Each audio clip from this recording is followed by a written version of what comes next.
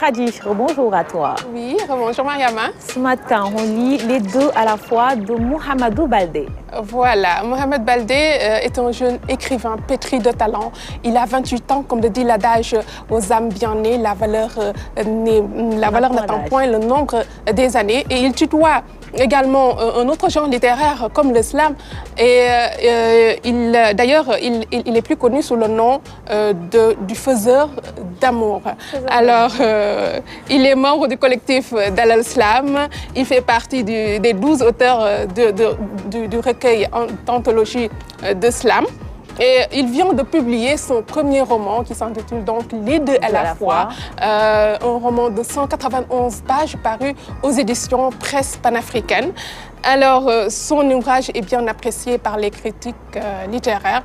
Et justement, le titre est accrocheur. Les deux à la fois, Mariama. Alors, qu'est-ce que tu remarques sur ce titre? Alors, c'est à la fois Liman, sans S. Il n'y a pas de S. Ah ouais. Donc, on parle de la foi, Liman. Exactement, tout à fait. Donc, justement, l'auteur nous explique ce titre et le message qu'il veut véhiculer. Très bien.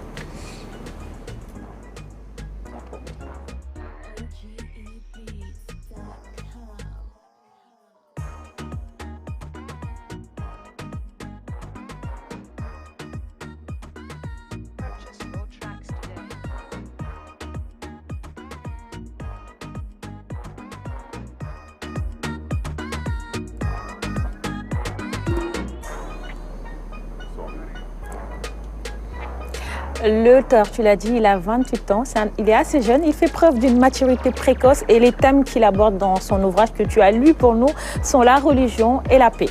Voilà, exactement. Il rêve d'une nation arc-en-ciel. En fait, ce qui fait l'impact de ce livre aujourd'hui, c'est son actualité au moment où il y a des remous, où il y a beaucoup de remous et de soubresauts que l'on met en relation avec la religion. Qui ne correspond pas à la mission de l'islam qui est de fonder une société harmonieuse dans un esprit de vivre ensemble. Alors, la guerre et l'islam, ça ne fait pas bon ménage et l'auteur est sur la même lancée que Nelson Mandela, que Mère Teresa, Martin Luther King, Gandhi, qui sont tous pour la non-violence. Alors, il suffirait de changer notre regard pour qu'il y ait la paix dans le monde. La prospérité peut profiter à quelques-uns, mais la paix profite à tout le monde. Et je crois que cet ouvrage vient à point nommé. Et l'auteur s'est beaucoup inspiré de l'attentat de Charlie Hebdo qui s'est déroulé le 7 janvier 2014. Et pour donc écrire ce roman, justement, il nous fait un petit résumé de ce roman. On regarde cela. Dans ce livre, vous trouverez deux amis, Mohamed I et Charlie I. Ils se sont rencontrés un jour dans un train, comme ça, hasardeusement. Charlie a abordé Mohamed. Ensuite, ils sont devenus de grands amis. Voilà, ils se fréquentaient. Jusqu'au jour, parce que Charlie, c'est le directeur de publication d'un journal qui s'appelle Démocratie. Un jour, il décide d'écrire des articles sur les religions révélées. Alors, il rencontre Mohamed, il lui pose des questions. Il lui demande de lui parler de son homonyme, le prophète de l'islam. Alors, quand Mohamed lui a dit tout ce qu'il savait sur le prophète, voilà, avec un très grand plaisir, à la conclusion, Charlie lui dit le seul problème avec le prophète, c'est qu'il a été envoyé pour une seule communauté. Mohamed lui a fait savoir que c'était faux. Donc comme ça, ils se sont disputés. Et voilà, c'est ce jour-là même que le premier malentendu entre eux a eu lieu. Donc voilà, ils se sont séparés. Quelques jours après, Charlie reconnaît son erreur. Pour faire plaisir à Mohamed, il écrit un article dans son journal intitulé « Le prophète était un beau et simple poète ». Voilà, avec des éloges et tout. Maintenant, Charlie, même moi-même l'auteur, je ne sais pas comment... l'équipe de la rédaction, le rédacteur en chef en particulier, a ajouté ne que au titre. Au lieu de le prophète était un beau et simple poète, c'est devenu le prophète n'était qu'un beau et simple poète. Et ce titre a vraiment réveillé la colère des musulmans. Et ils ont voulu revendiquer, voilà, ils ont marché, Finalement, un groupe composé de 3 personnes, Ouz, Lune et Ayesh, sont allés bombarder les locaux de la rédaction. Voilà, c'est ça qui a été retenu comme l'attentat. Voilà, pour revenir un peu à à la source de mon inspiration, qui est l'attentat de Charlie Hebdo. Voilà, donc les locaux ont été bombardés, des gens sont morts. Et après, plus tard, Mohamed et Charlie se retrouvent pour éradiquer le flou, pour faire comprendre aux gens qu'il y avait quand même une erreur dans tout ça. Parce que voilà, ceux qui ont bombardé ne savaient pas que Charlie avait écrit l'article pour faire plaisir à un ami. Et c'est comme ça que Mohamed et Charlie se sont tenus la main et ils sont allés ensemble combattre l'ignorance. Voilà, c'est le combat final.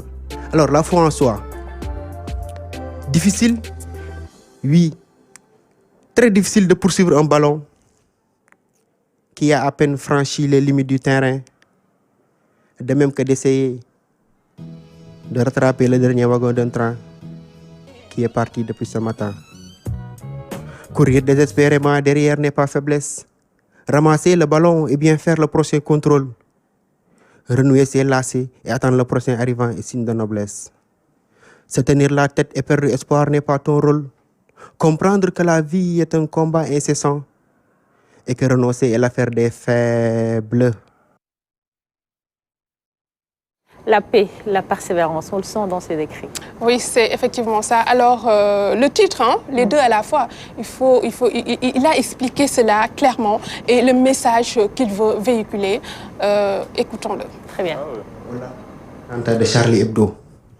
Voilà, parce que dans ma position d'artiste, comme nous le disait Camus, un artiste doit s'obliger à comprendre au lieu de juger. Donc, au lendemain des attentats de Charlie Hebdo, les gens se sont précipités de prendre position. Certains étaient Charlie, d'autres étaient Mohamed. Et moi, j'avais pris du recul. Je ne voulais pas quand même suivre les masses. Il m'a fallu réfléchir d'abord pour comprendre. Parce que le spectacle du monde tel qu'il se présente devant nous invite à une chose. C'est un piège. Il veut nous pousser à la révolte, à la barbarie. Donc nous devons faire très attention, nous détacher de nos sens et réfléchir avant d'agir. Donc c'est comme ça, je ne voulais pas suivre tout le monde, j'ai pris du recul. Et 5 jours après, le jour de mon anniversaire plus exactement, j'ai décidé de marcher. Non pas en étant Charlie ni Mohamed, mais les deux à la fois. Donc dans ce livre, je suis Mohamed et Charlie en même temps. Donc c'est ce qui explique un peu le titre. Et dans cette position-là, je cherchais une neutralité en fait. Je voulais être dans les deux parties, dans le juste milieu. Les deux à la fois. Normalement, les deux à la fois, c'est les deux en même temps. Donc, foi doit prendre automatiquement S. Mais si j'ai enlevé la S, c'est pour faire un peu un jeu de mots. Un petit calembour, quoi. Donc, le jeu de mots, c'est quoi? Mohamed et Charlie, je vous l'ai dit, à la fin, ils vont ensemble combattre l'ignorance. Donc, c'est cette foi-là qu'ils portaient en eux, cette croyance-là, cette détermination-là, que j'ai essayé de refléter ici, quoi, à la foi. Le message que je veux faire passer est d'inviter mes frères de tous bords, musulmans, chrétiens, etc., à quand même cultiver la paix. Parce que c'est fait, hein? On n'y peut rien. Quoi qu'on fasse, on vivra ensemble. Personne ne va déménager sur Mars ou Jupiter. Nous serons tous sur Terre. Et si on voit un peu l'histoire de l'humanité, nous saurons que nous sommes tous venus d'un seul être. Nous sommes tous des fils d'Adam. Donc si aujourd'hui il y a des jaunes, des rouges, des blancs, des noirs, c'est parce que Dieu a voulu que le monde soit comme ça. Mais nous sommes tous frères. Nous sommes tous appelés à vivre ensemble. Faisons en sorte que ce monde soit un monde de paix, tout simplement. Un magnifique message. Oui. Un magnifique message. Il a tout résumé. Hein, donc c'est l'ouverture vers l'autre, c'est voilà, c'est la tolérance aussi. Donc à travers cet épisode-là, disons tragique, l'attentat de Charlie Hebdo. Il a voulu rapprocher deux courants de pensée, peut-être, n'est-ce pas? Ceux-là qui pensent qu'on peut, de par sa plume, tout se permettre toute critique, tout dire. Et voilà, l'autre, et ceux-là qui considèrent qu'il faut toujours quand même témoigner de l'égard à l'autre, n'est-ce pas? Et il a essayé de les rapprocher, deux positions, au point même que ceux-là de Charlie Hebdo, voilà, dresse un portrait plus que flatteur du prophète Mohamed, paix et salut sur lui.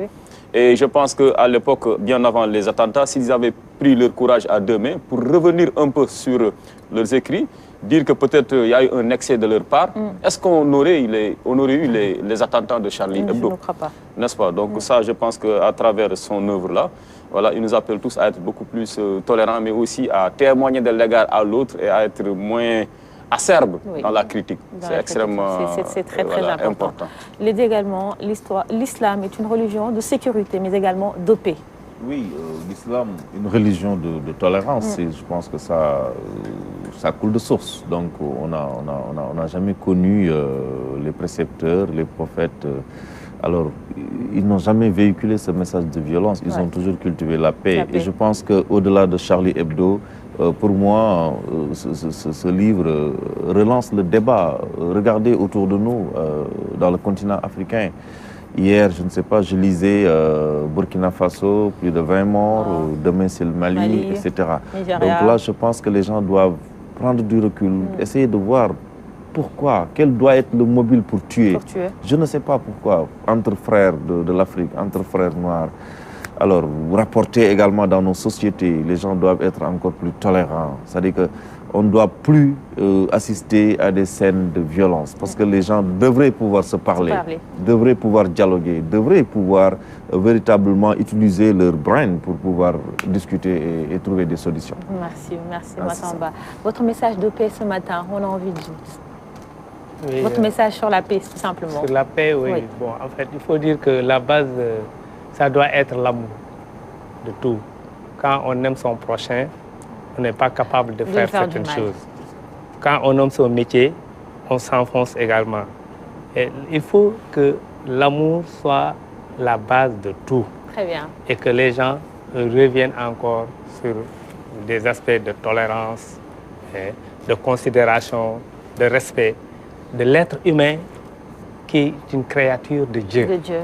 Oui, parce que quand même, on ne peut pas se permettre de faire certaines choses dans cette vie. Très bien, merci beaucoup. Parce qu'elle est très éphémère. Merci, merci beaucoup, Monsieur Thiam. Khady, très rapidement pour conclure. Oui, je pense que Mohamed Baldé est parvenu à faire passer donc ce message fort avec un style très intellectuel et avec une telle ingéniosité. J'ai été véritablement transcendée et ce roman devrait être donc lu. Et on doit quand même lui porter une attention particulière. Très particulière. Merci beaucoup, Khady. Moi, je rajouterais juste « aimons-nous vivants », c'est le plus important. Et on termine avec vous, Monsieur Babacar Thiam. Je vous le dis tous les matins, Kenkeliba vous donne la parole à travers notre page Facebook. On a reçu un message de Sambali Kanté qui dit, je vais retrouver le message, « Bonjour Mariama », de Sambagui, c'est notre ami, notre gagnant de la semaine dernière, qui dit « Pour une meilleure collaboration entre les intendants, il faut aussi utiliser le numérique en mettant en place une plateforme GOS, gestion des établissements scolaires. Cela permettra une collaboration en temps réel et un partage d'expériences, ce qui aide à éviter